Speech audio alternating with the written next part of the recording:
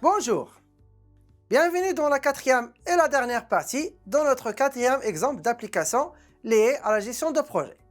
Dans cette capsule, vous allez apprendre comment répertorier les projets avec le nombre de développeurs qui ont contribué, ainsi comment localiser les projets auxquels tous les développeurs ont contribué, en utilisant bien sûr les clauses GroupBy et Avin. Alors comme toujours, prenez une feuille et un stylo et c'est parti. Donc rappelons la base de données. Donc cette base de données contient 4 tables. La table développeur, projet, logiciel et réalisation. Donc on a une relation entre développeur et réalisation, aussi entre projet et logiciel et finalement entre projet et réalisation. Donc voici la représentation textuelle, c'est comme toujours. Donc avec les informations stockées dans chaque table. On passe maintenant au travail à faire. Donc, comme toujours, écrivez des requêtes SQL pour récupérer les informations suivantes. Donc, la première information, c'est liste de projets et le nombre de développeurs participants. Ça veut dire le nombre de développeurs dans chaque projet. La deuxième question, la liste des projets avec le nombre de développeurs affectés, mais ici, on veut afficher seulement les projets ayant plus de 3 développeurs. Donc, on peut voir que la deuxième question dépend de la première question. Donc, en ajoutant une condition. La troisième information, ou bien la troisième question, on va afficher la liste des projets dans lesquels tous les développeurs ont été impliqués dans leur développement. Donc, comme vous pouvez voir ici, donc, les questions dépendent l'une de l'autre. Donc, ça dépend de la précédente et la précédente dépend de la première question. Donc, cliquez sur pause, essayez de trouver une solution. Nous voilà de retour. On va commencer par la première question. Liste de projets et le nombre de développeurs participants. Donc, on va utiliser le principe du tableau. Donc, les informations affichées, les conditions et les tables. Donc, les informations affichées, donc les projets, donc on va afficher tout simplement numProj,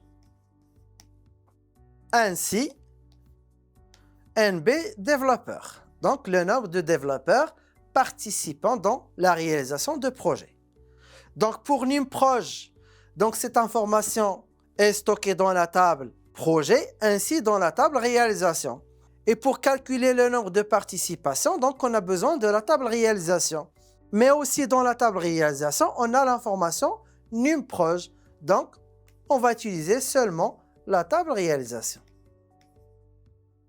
Et donc, pour calculer le nombre de développeurs, qu'est-ce qu'on va faire? On va classifier les enregistrements de la table réalisation selon le numéro de projet.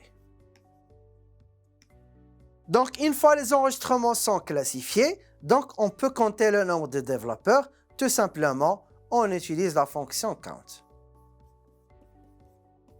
Donc voilà, donc puisqu'on a une classification, donc la requête contient la clause GroupBy. Est-ce qu'on a une condition? Donc la réponse est non, donc on n'a pas une condition. Donc maintenant, on peut écrire la requête facilement. Donc on a les informations nécessaires. Donc comme toujours, select ces informations-là from la table, where si on a une condition, donc on n'a pas ici une condition. GroupBy quoi? GroupBy numProj. Donc select from GroupBy. Donc select from réalisation. Select numProj, ainsi le nombre de développeurs, c'est count étoile, as nb dev, GroupBy numProj. Donc voilà, on exécute. Donc la requête retourne le nombre de développeurs participants dans chaque projet. Donc par exemple dans PG1, donc on a 3 développeurs. Pour PG2, on a 6 développeurs. Pour PG4, aussi on a 6 développeurs. pour PG5, on a 2 développeurs. Alors, pour modifier la requête de telle sorte à afficher le titre de projet au lieu du nom de projet, donc on a besoin de la table projet. Donc, on va modifier la requête de telle sorte à afficher le titre de projet au lieu de numéro de projet. Donc, on va faire la jointure entre réalisation et projet.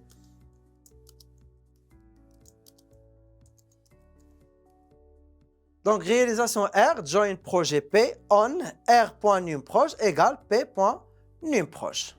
Et dans select, on va afficher le titre de projet. Donc, P.titre, titre proj. Et bien sûr, on va regrouper les enregistrements selon le titre.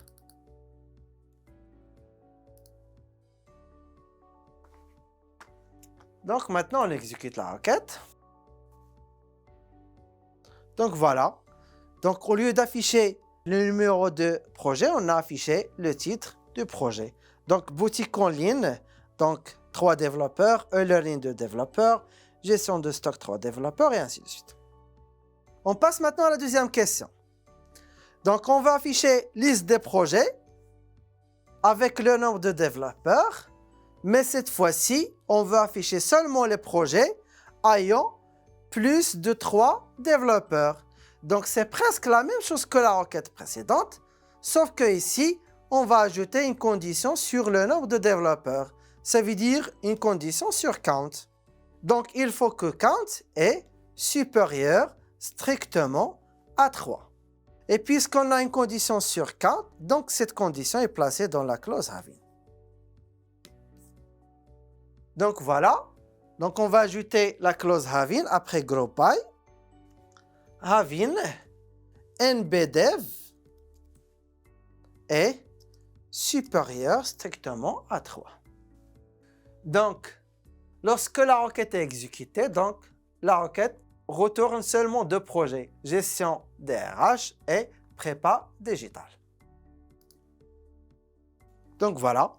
Donc la requête retourne seulement les 2 enregistrements, gestion DRH et prépa digital. Passons maintenant à la troisième question et la dernière. Donc comme toujours, on va afficher la liste des projets dans lesquels tous les développeurs ont été impliqués. Ça veut dire il faut que le count, ça veut dire le nombre de participations des développeurs, égale au nombre total de développeurs. Et pour calculer le nombre total de développeurs, c'est tout simplement, on va utiliser la requête select count étoile from developer. C'est presque pareil que la capsule précédente. Donc, on a comparé le nombre de participations avec le nombre de projets. Mais ici, on va compter le nombre de participations avec le nombre de développeurs. Donc voilà, donc on va modifier la requête de telle sorte à effectuer cette comparaison. Donc on sait l'information sur le nombre de développeurs participant dans chaque projet. Maintenant, on va afficher le nombre total de développeurs avant de modifier la requête. Donc, select count étoile from developer. Donc, la requête retourne la valeur 6. Donc, on a 6 développeurs dans la base de données. Donc, en connaissant cette information, donc les projets dans lesquels tous les développeurs ont contribué, ce sont les projets gestion DRH et prépa digital, puisque ce sont les projets dont le nombre de participations égale à 6. Donc, on va modifier la requête et on va voir est-ce que la requête retourne les 2 enregistrements gestion DRH et prépa digital ou pas. Donc, nbdev égale select count étoile from developer. Donc voilà. Donc maintenant, on va exécuter la requête.